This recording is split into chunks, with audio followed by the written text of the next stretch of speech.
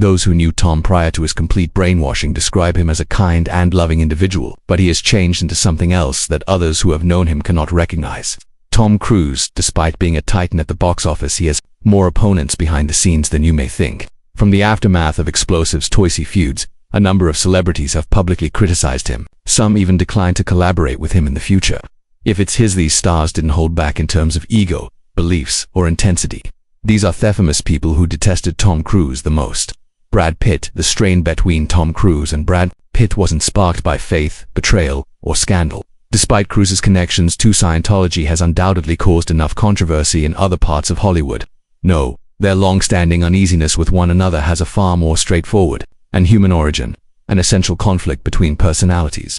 Pitt and Cruise are two of their generation's most renowned leading guys. Met while working on the 1994 film Interview with the Vampire. What ought to have been an exciting partnership between two up-and-coming talents instead became a cold and inconfortable profesional duo that continues to have an impact on both of their professions.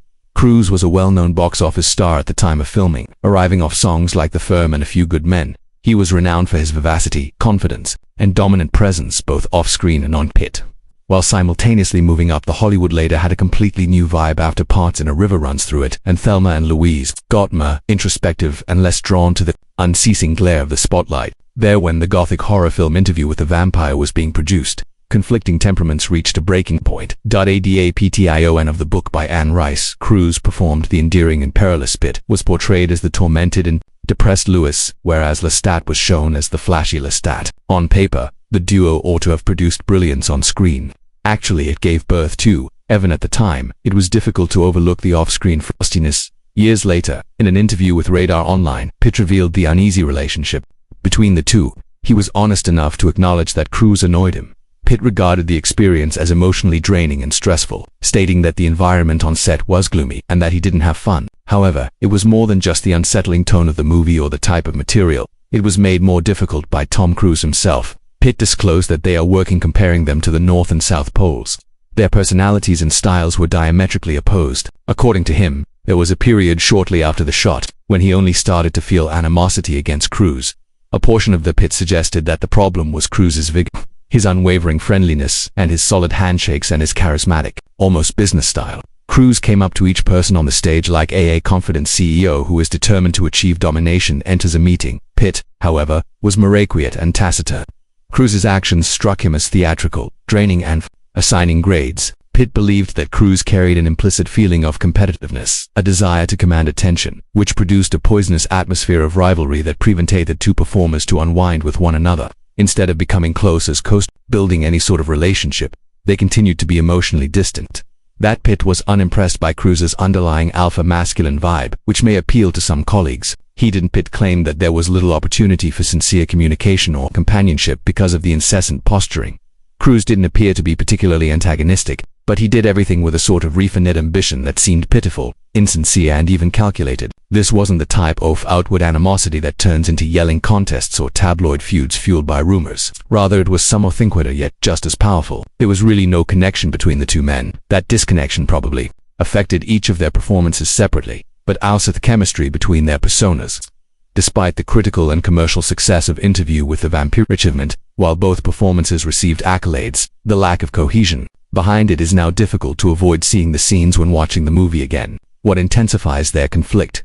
Interesting that no follow-up partnerships, not even a rumored one, were formed. Even though both men rose to even more notoriety following the interview, and even though they have been in the same A-tier for decades, they have never once more shared a screen.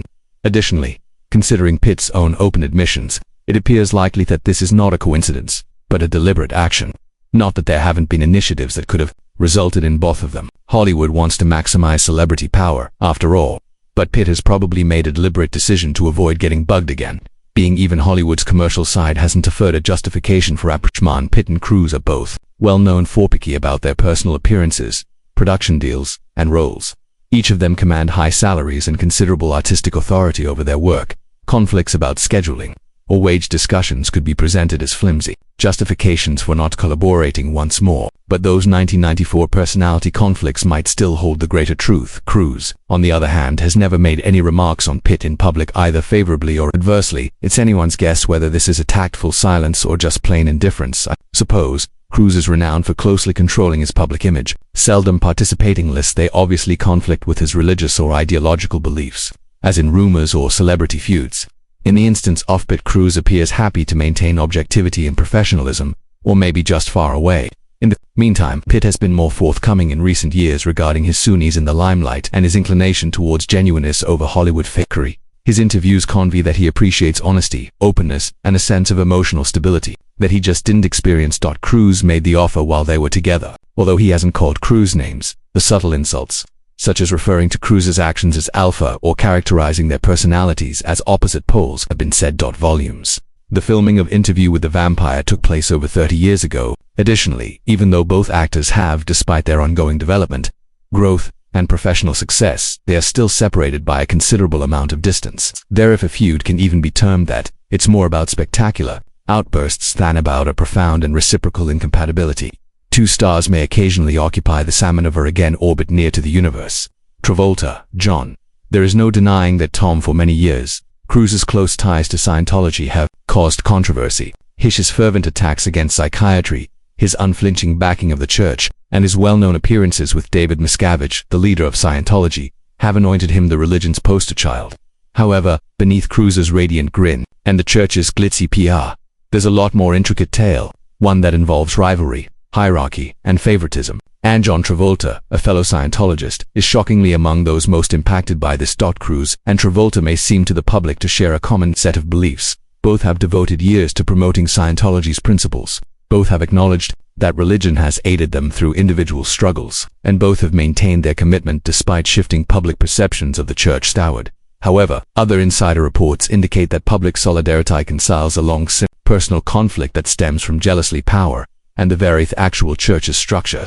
2018 saw Brendan Ty, a previous Scientologist who previously served in the internal security department of the church, agreed to speak with New Idea. Magazine. He disclosed information that exposed a long-standing strain between Travolta and Cruise, one that might be more about prestige than religion. According to Ty, Travolta was deeply envious of Cruise's standing in the Church of Scientology, especially the personal. Cruise has a good relationship with David Miscavige, the leader. As stated by Ty, Crossboss is a direct line to Miscavige, the guy who controls the religion with an iron grasp, something that other members of the church do not. Cross can interact with Miscavige at any time because to this unique access, avoiding the strict bureaucracy and structure that control even the most committed Scientologist's life.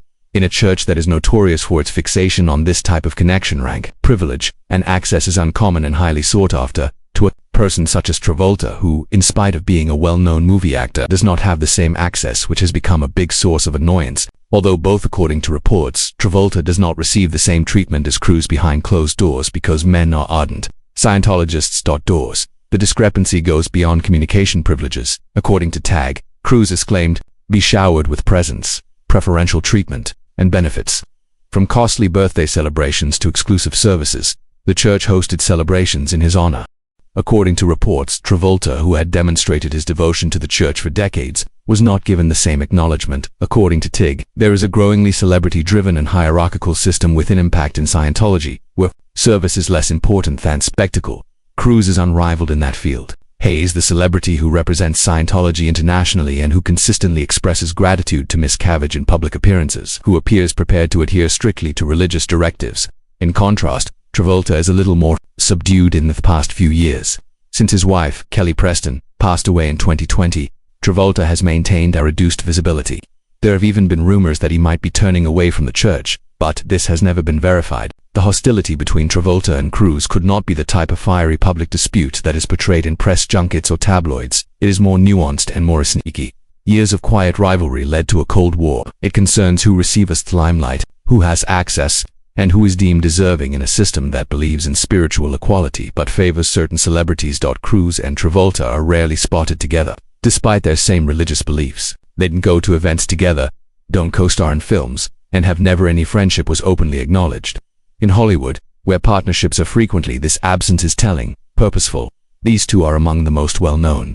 The world's Scientologists, however, they resemble rival planets around the church. Never coming into contact but constantly conscious of one another's existence. Regarding the church offer recruitment and credibility, Scientology must maintain both celebrities under its However, the differences in their treatment could indicate systemic flaws. If the church genuinely cherishes each and every member likewise, why the obvious partiality?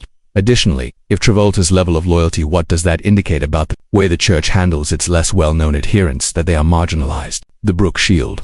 It could appear as some people were surprised that Brooke Shields, the well-liked star of Suddenly Susan and Blue Lagoon, would ever enter herself in a public conflict with one of Hollywood's most lucrative actors, Tom Cruise. However, it is precisely what occurred in 2005 when Cruise publicly and harshly criticized Shields for a very personal choice Shields made. The result was a media frenzy based on vastly disparate worldviews. One is based on contemporary medicine, while the other is based on the contentious ideas of Scientology. Rowan, Brooke Shields' daughter, was born in 2003. What ought to have been her life's happiest moment swiftly turned gloomy. Similar to millions of women worldwide, Shields was afflicted by postpartum depression, a crippling condition characterized by weariness, melancholy, hopelessness, and alienation. Shields didn't keep quiet about it either. She actually did something really courageous. At the moment, she opened up about her experience, candidly discussing her battle with mental illness and how it almost tore her life apart. Both in her biography, Down Came the Rain, and in interviews, she outlined how she couldn't eat, sleep, or connect with her child. At once she even considered crashing her car into a wall at one point. Only after seeking medical advice, beginning antidepressant medication, and receiving therapy that she started to feel like herself once more. Many ladies all throughout the world found great resonance in her narrative. Shields was praised as a hero for speaking up, whereas others had suffered in quiet. However, one individual who didn't. Tom Cruise served as Shields' candor. In the summer of 2005, Cruise made the decision to, during an appearance with Access Hollywood, he made a surprising diversion while promoting War of the Worlds. He suddenly started berating Brooke Shields for taking antidepressants. A chemical imbalance does not exist, Cruise asserted with assurance. These substances are harmful. He went on to say, I've really helped people get off of them. He charged accusations of recklessness regarding the promotion of medication for postpartum depression, implied that she ought to have depended on vitamins and exercise instead. One interview wasn't the end of it. A couple of weeks, Cruise later engaged in a now famous confrontation on the Today Show. Interview host Matt Lauer, reinforcing his remarks against Shields and supporting his anti-psychiatric position. The history of psychiatry is unknown to you. I do, Cruise yelled. He called antidepressants dangerous and unsuccessful, implying that psychiatry was a pseudoscience in the first place. Cruise didn't just throw a fit. It had a close relationship with his fervor for Scientology, a faith that has long been antagonistic towards psychiatric medicine and psychiatry. The theory of Scientology states that mental illness shall be addressed by auditing and other procedures offered by the instead of therapy or medications. Church L. Ron Hubbard, the founder of Scientology, asserted that psychiatry was Arab administration's method of social control, which contemporary adherents like Cruise still utilitarian affirm their opinions. Cruise wasn't just making a personal statement in this situation viewpoint. He was serving as a well-known spokesperson for the anti-psychiatry campaign of the Church of Scientology. However, his attacks' timing and target were glaringly insensitive. Shields has just produced a massive emotional leap by publicly disclosing her trauma, providing consolation and support to innumerable people. Nevertheless, Cruise felt forced to humiliate her in public. Cruise's onslaught did not go unanswered by Brooke Shields. Instead of descending, she responded to the name-calling with grace and humor.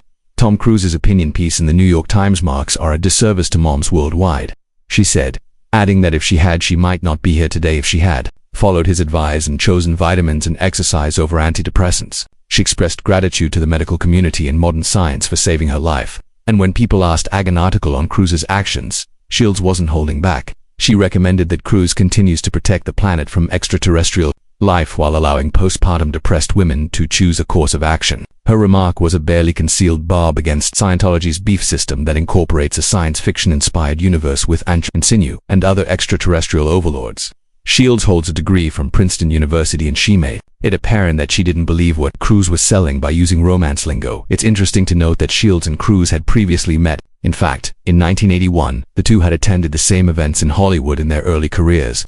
At the time, Cruise was still a rising star, but Shields was already well known thanks to Pretty Baby and the Blue Lagoon. Emerging actor. But over time, their career and philosophical trajectories diverged. Shields became an outspoken supporter of mental health awareness and kept up her public speaking about. Cruise grew increasingly involved in the parenting, aging, and self-empowerment of Scientology, criticizing mental health drugs and psychiatry from his position.